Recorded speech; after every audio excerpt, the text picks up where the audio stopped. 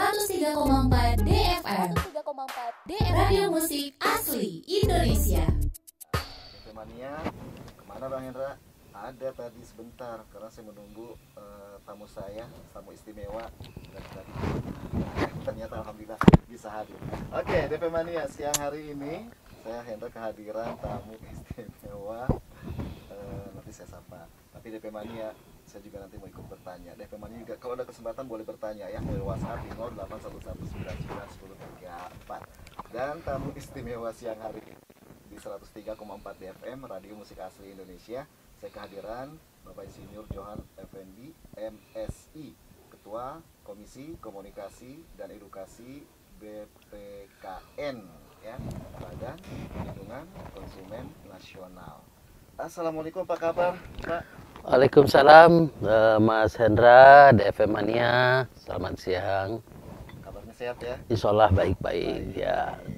Oke, ini panggilnya Pak Effendi apa Pak Johan? Johan. Johan ya? Oke Pak Johan, Nah. Gimana perjalanan hari ini menuju ke Radio DFM? Ya sedikit, yang sebenarnya enak-enak aja. Ya? Ya, tadi malah kecepatan saya nyampe di sini. Ya. Saya tunggu-tunggu biar cepat sampai. Iya benar Mas Hendra, benar ya. Oke, dan DP Mania yang akan kita obrolin bersama Pak Johan adalah tentang kenaikan harga pangan. Terus dari aspek perlindungan konsumen itu seperti apa? Nanti biar Pak Johan yang menjabarkan ya DP Mania. Tapi lebih lanjut kita mau dengerin lagu dulu apa langsung ngobrol aja? Atau mungkin nanti kalau ada kesempatan bisa DP Mania bisa bertanya melalui WhatsApp ya Pak ya? Iya, silakan. Interaktif ya.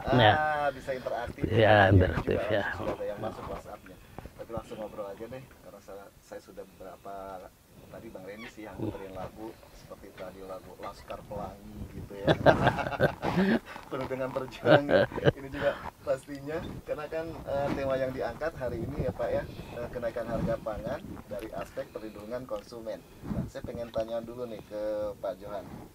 Sebelum saya mengajak DP Mania nanti yang sudah masuk juga dibacakan WhatsApp-nya. Untuk DP Mania untuk mengenal lebih dekat ya tentang BPKN RI. Terus bisa dijelaskan lebih lanjut oleh Pak Johan. Silakan. Ya, DFM Mania mungkin baru atau mungkin juga sudah pernah dengar ya, BPKN RI. BPKN tadi sudah disebutkan Badan Perlindungan Konsumen Nasional Republik Indonesia. Artinya kalau pakai RI itu namanya lembaga negara ya. Sehingga harusnya DFM Mania udah tahu ini bahwa sayang sekali kalau lembaga ini tidak dimanfaatkan oleh para pendengar, para masyarakat yang ada terkait dengan pelanggaran yang berhubungan dengan perlindungan konsumen. Nah, sebenarnya badan ini sudah lama sekali berdirinya. Undang-undangnya itu tahun 99. Undang-undang 8 tahun 99 tentang perlindungan konsumen. Artinya undang-undang ini sudah hadir hampir 23 tahun yang lalu ya. Nah, kemudian sampai saat ini kita tidak menutupi bahwa permasalahan perlindungan konsumen di Indonesia ini masih ya dibilang maju sih enggak, tapi masih di tataran menengah ya. Nanti kita lihat di indeks keberdayaan konsumen kita berapa. Nah, namun perlu diketahui bahwa badan ini adalah badan yang tugasnya memberikan masukan atau output ke berbagai macam peraturan perundang-undangan, dari yang paling atas undang-undang sampai peraturan paling bawah mungkin daerah perda, perbub ya, sampai di situ. Nah, jadi kita memberikan rekomendasi kepada para pihak yang akan menyusun kebijakan perlindungan konsumen untuk menyampaikan dalam semua peraturan perundang-undangan itu harus diutamakan perlindungan konsumen. Kenapa? Karena perlindungan konsumen ini menyangkut hajat hidup orang banyak. Artinya apa? Perlindungan konsumen itu kalau kita setarakan dengan penduduk itu setara 200 hampir 70 jutaan jiwa sekarang. Malah ada beberapa badan yang mengatasnamakan, badan yang berbadan hukum atasnamakan pelindungan konsumen bisa mengatasnamakan konsumen. Artinya angka 270 juta lebih ini sangat besar sekali. Nah, sehingga kalau kita lihat apa yang dikerjakan oleh badan ini, sebenarnya ini hanya pemantik. Kami di BPKN itu hanya mengorganize untuk bagaimana perlindungan konsumen itu bisa dilaksanakan melalui masukan terkait dengan peraturan perundang-undangan. Kemudian yang kedua, kita juga memberikan atau mengajak kepada para pihak untuk sama-sama menegakkan perlindungan konsumen. Karena jumlah yang tidak seberapa di BPKN itu untuk katakanlah untuk mendorong percepatan perlindungan konsumen di Indonesia itu sangat berat. Sehingga badan ini hanya memantik saja kepada pemerintah yang lain, maksudnya organisasi pemerintah itu kan ada kementerian lembaga, badan-badan, komisi-komisi yang lain. Di daerah ada kabupaten kota, ada provinsi. Nah, itu semuanya mempunyai fungsi perlindungan konsumen. Nah, misalnya di kesehatan ada konsumen kesehatan, pendidikan ada konsumen kesehatan, pertanian, ekonomi yang lain semuanya punya perlindungan konsumen.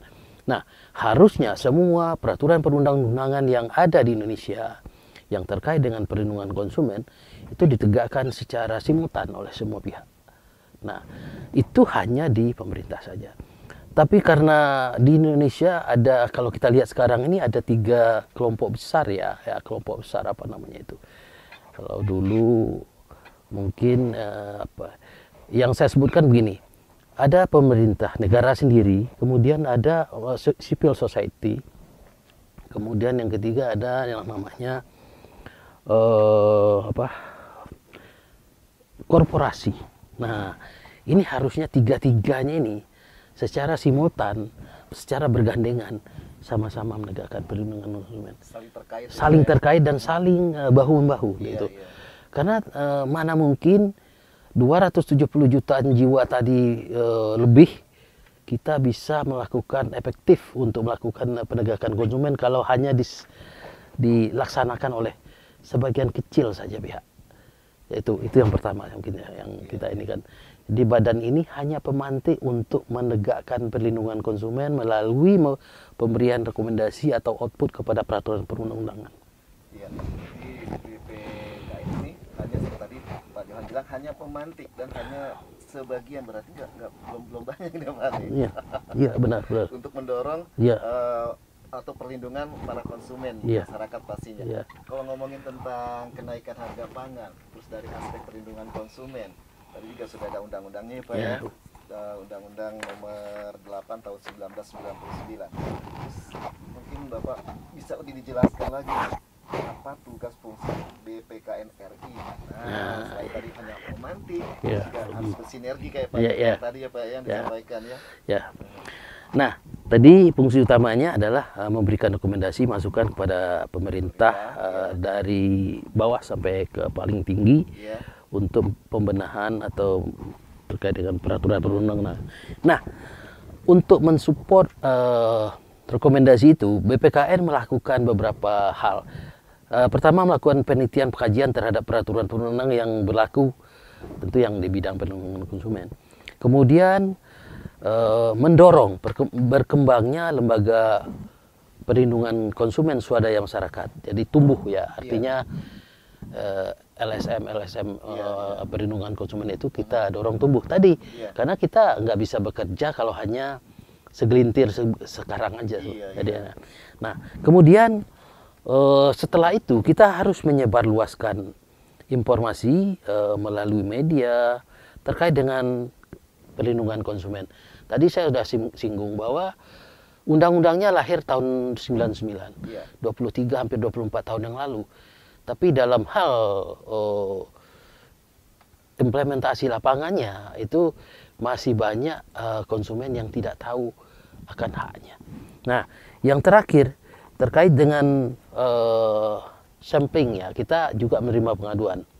Jadi pengaduan konsumen itu sebenarnya di semua sektor ada, di Kementerian di kementerian-kementerian yang ada di Indonesia ini semuanya sebenarnya punya fungsi perlindungan konsumen. Kenapa begitu? Karena misalnya kalau Menpan itu ada konsumennya, ada. Konsumennya siapa? Ya berarti lembaga negara lain yang punya kepentingan untuk urusan sesuatu terkait dengan tusinya Menpan. Itu konsumennya. Iya. Sehingga tadi harusnya semua sektor, semua lembaga negara dari daerah sampai ke pusat melakukan penegakan konsumen ini secara simultan. Nah, kemudian kita juga dalam situasi-situasi yang tertentu dan cukup penting, kita juga melakukan survei yang menyangkut kebutuhan konsumen. Misalnya kemarin kan pernah ada kejadian minyak goreng langka kemarin ya gitu-gitu ya. Ya. Nah, penimbunan ya. Harusnya diberikan kepada masyarakat yang membutuhkan, ini disimpan. Disimpan. Nah, itu kita lakukan. Pada saat-saat itu kita lakukan juga survei. Nah, itu. Jadi ada beberapa kegiatan supporting tadi yang menuju BPKN mengeluarkan rekomendasi kepada pihak lain. Pihak lain itu bisa kementerian lembaga, bisa ke daerah-daerah, kabupaten, kota, provinsi tadi, gitu. Atau ke pelaku usaha sendiri juga bisa. Ya. Terus Pak, ini bagaimana hukum perlindungan untuk konsumen sendiri nih? Kan tentu saja setiap daerah tuh harga atau kebutuhan bahan pokok kan beda-beda nih Pak.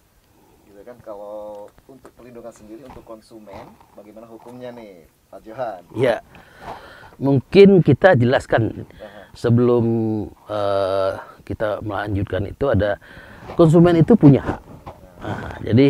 Jadi bicara tentang perlindungan konsumen dari tadi kita bicara konsumen itu yang dilindungi apanya sih? Nah itu haknya yang dilindungi. Nah hak konsumen yang pertama itu mendapatkan informasi yang jelas, jujur dan benar. Nah itu entah itu terkait barang atau jasa yang akan digunakan.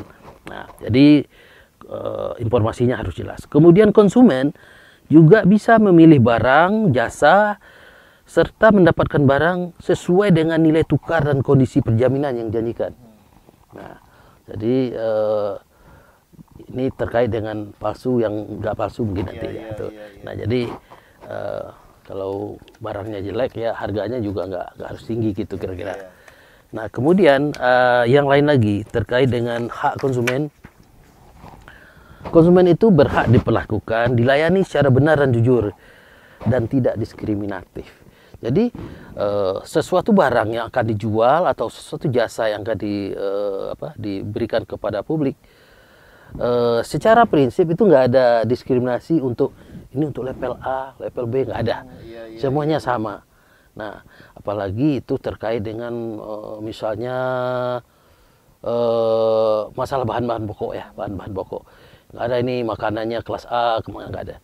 Nah, kemudian yang lain lagi, konsumen itu berhak mendapatkan kenyamanan, keamanan, keselamatan dan dalam mengkonsumsi barang dan jasa yang dinikmatinya itu.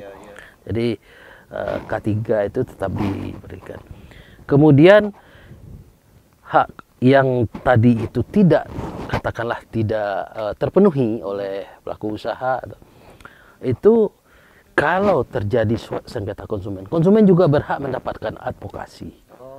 Advokasi untuk katakanlah memperjuangkan hak-haknya yang terlanggar tadi. Nah, yang terakhir konsumen itu juga kalau memang dalam pelanggaran sengketa konsumen itu terjadi kerugian misalnya, konsumen berhak mendapatkan kompensasi ganti rugi apabila barang yang atau jasa yang diterima tidak sesuai dengan perjanjian semula. Nah itu hak-hak konsumen yang perlu dilindungi. Oke, itu hak konsumen seperti yang saya juga dan baca seperti minyak goreng tadi nih Pak. Itu kemasannya atau labelnya itu bisa digunakan atau ditempel gitu kan. Sementara minyaknya kualitasnya kurang bagus. Iya, bisa ya. Ya minyak kita gitu. Iya, bisa.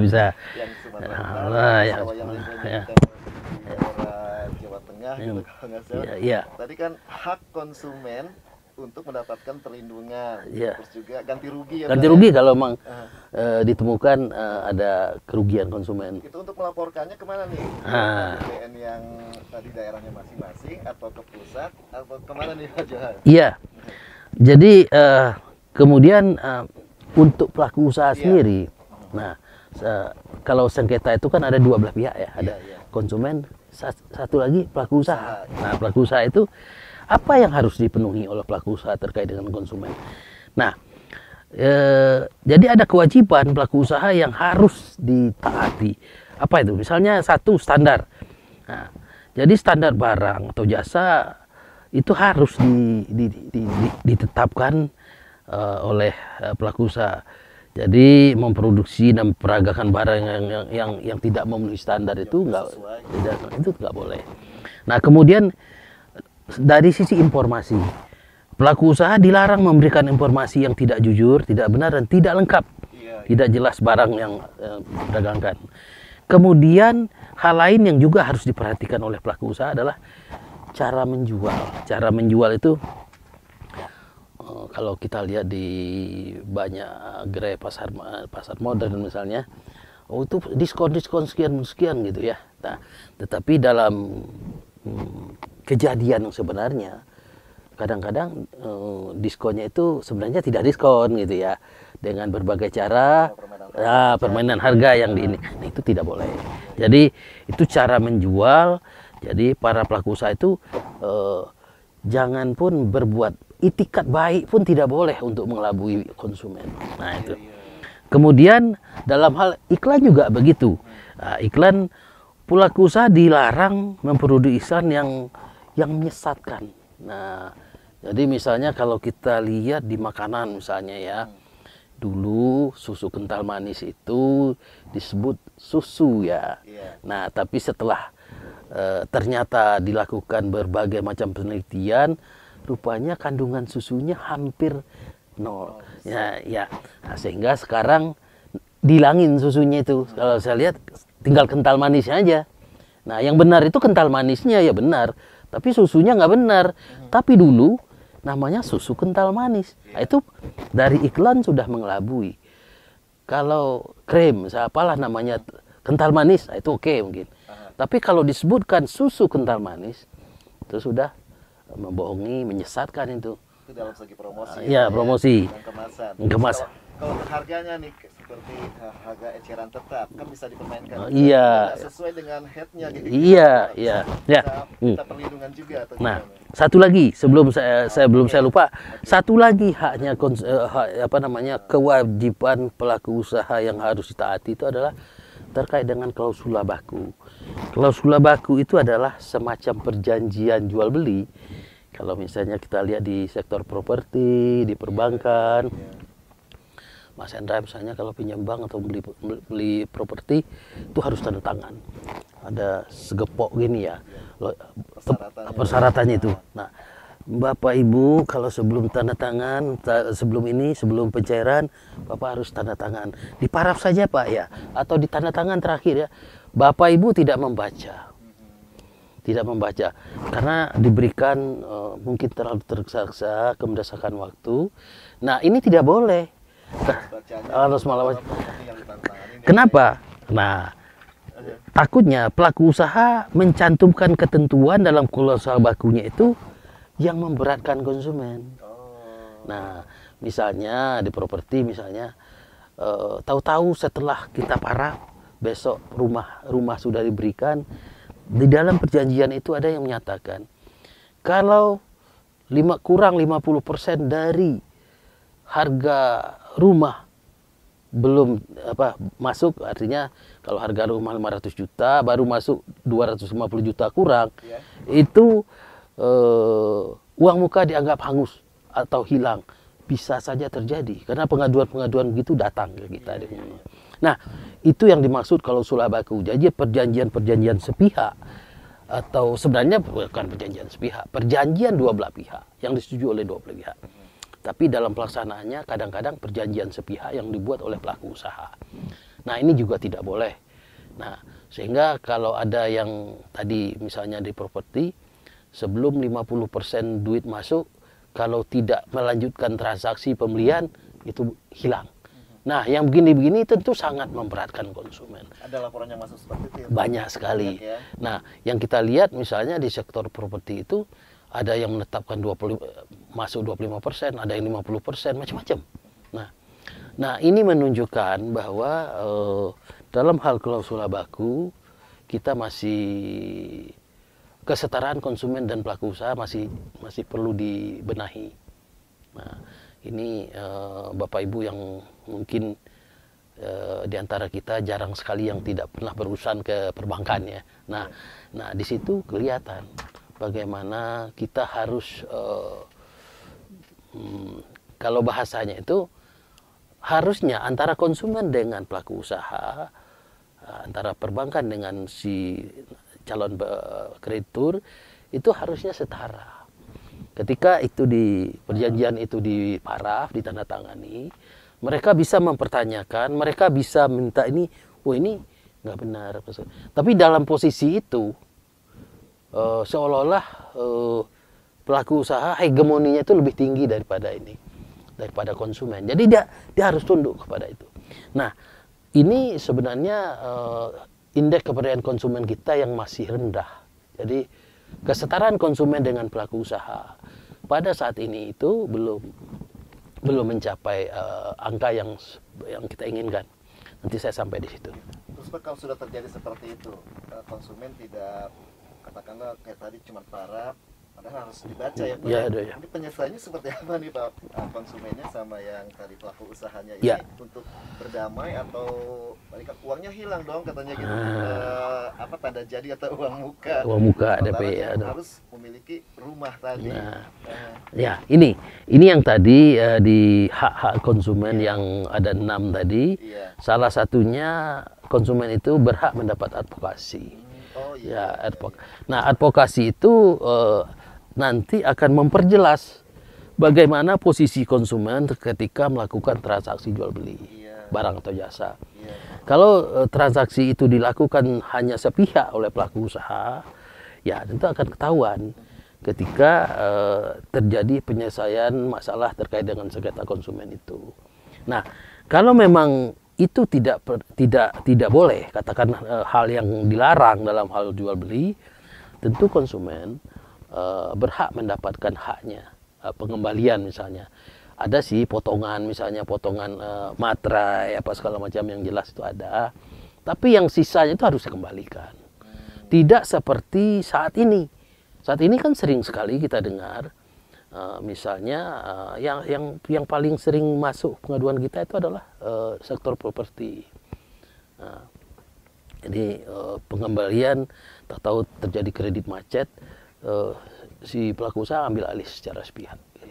Nah, Bapak baca dong ininya. Oh, setelah dibaca baru si konsumennya baru sadar, oh iya ya, saya sudah janji ya kalau belum mencapai ini ya artinya yang duit masuk hilang.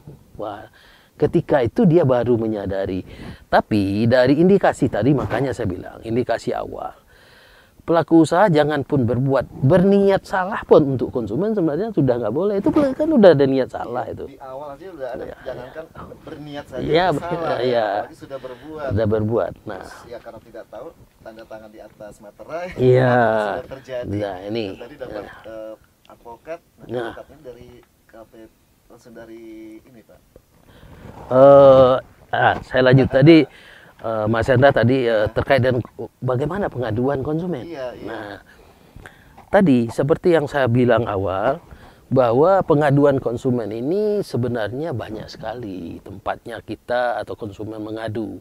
Salah satunya memang BPKN. Tapi untuk daerah-daerah yang katakanlah jauh dari Jakarta, kita punya badan BPSK. Badan Penyelesaian Sengketa Konsumen. Nah, itu ada di semua daerah kabupaten kota. Oh enggak kayaknya. Ini baru 170-an kayaknya di seluruh Indonesia dari hampir 500 berapa ya? 500-an sampai 600 kabupaten kota itu BPSK kita baru sekitar 170-an kayaknya. Nah, ini bisa digunakan oleh para konsumen yang terlanggar haknya untuk mengadu. Tapi di luar itu juga ada yang lain. Dinas-dinas perdagangan, dinas-dinas yang membawahi fungsi perdagangan yang ada di kabupaten kota, yang ada di provinsi juga punya fungsi perlindungan konsumen. Di situ ada pegawai negeri yang berstatus sebagai penyidik PPNS, ya, penyidik pegawai negeri perlindungan konsumen. Jadi di situ juga bisa mengadu. Nah, nanti dari pengaduan itu nanti bisa ini, apakah ini perlu pengacara atau tidak, itu nanti kita lihat. Nah, tapi pengaduan itu bisa dilakukan di mana-mana. Tadi maksud saya di semua kabupaten kota, entah itu di BPSK, entah itu di dinas perdagangan yang membawahi perdagangan, entah itu kalau memang indikasinya sudah mengarah benar ke hal-hal yang sifatnya kriminal, ya bisa ke polisi, kantor polisi. Ya, misalnya masalah kadaluarsa, keracunan, misalnya itu udah mengarah ya. Ya sudah. Langsung, ya, Pak, ya. Jadi pihak-pihak yang tadi PPNS atau pihak-pihak kepolisian, kalau sudah ada indikasi terjadinya penyimpangan seperti ini tentu bisa melakukan sidak ke lapangan terkait dengan penyebaran barang yang membahayakan konsumen. Nah, kalau memang itu kebutuhan yang sifatnya langsung digunakan, dimakan atau dipakai oleh konsumen. Oke, Pak, ini WhatsApp sudah ada yang masuk nih. Ya. Jadi saya bacakan ya, Pak, ya. Ya. Oke, ini dari Yana di Pasar Minggu nih, Pak. Mau tanya mengenai kalau kerusakan alat elektronik nih, Pak. Ini kan selaku penanya ini kan gue ya, karena alat elektroniknya mungkin rusak nih. Ini kan kerusakan alat elektronik yang ada di rumah diakibatkan listrik yang tidak stabil. PLN nih yang biasanya mati mendadak, kalau mati nggak bilang-bilang gitu ya. Atau nggak ada informasinya tiba-tiba gitu. Terus tiba-tiba dia nyala cuma hitungan menit atau itu kan, itu bisa mengakibatkan elektronik rusak nih, Pak nih. Nah, apakah bisa menggugat ke PLN, terus bagaimana alurnya nih, Pak? Nah, ini sering ya. terjadi juga. Ya. Iya. Ya. Yaitu Kasus seperti ini. kasus seperti ini ya sebenarnya kasus yang biasa ya terjadi ya. Biasa terjadi. Tapi sesuatu yang biasa itu tidak selalu normal gitu ya. Nah, tapi juga sesuatu yang biasa itu kadang-kadang salah dianggap udah biasa. Nah, ini sebenarnya suatu kesalahan yang benar-benar harus diperhitungkan, harus ditangani secara dini dari awal. Nah, masalah kerusakan elektronik atau hal-hal lain yang ada di rumah tangga yang diakibatkan oleh faktor eksternal ya. Nah, kalau faktor internal bisa aja dipukul sama Mas Hendra misalnya, itu nggak bisa diganti kalau gitu. Kalau ini eksternal, jelas-jelas karena stabilizernya itu nggak ada, katakanlah begitu, atau mati mendadak kemudian nih. Kalau rumah sakit besar misalnya untuk operasi dia udah siapkan ini genset ya, genset. Hotel-hotel juga begitu. Tapi rumah tangga nggak mungkin begitu. Tiap rumah tangga misalnya menyiapkan lagi alternatif semacam genset kecil gitu ya. Tapi nggak semua bisa begitu. Nah, sehingga ini sangat mungkin untuk dilakukan pengaduan atau penyelesaian sengketa konsumen yang terkait dengan kelalaian. Ini kelalaian ini. Saya yakin teman-teman PLN tidak sengaja, tapi ini kelalaian iya. Nah, harus ada antisipasi.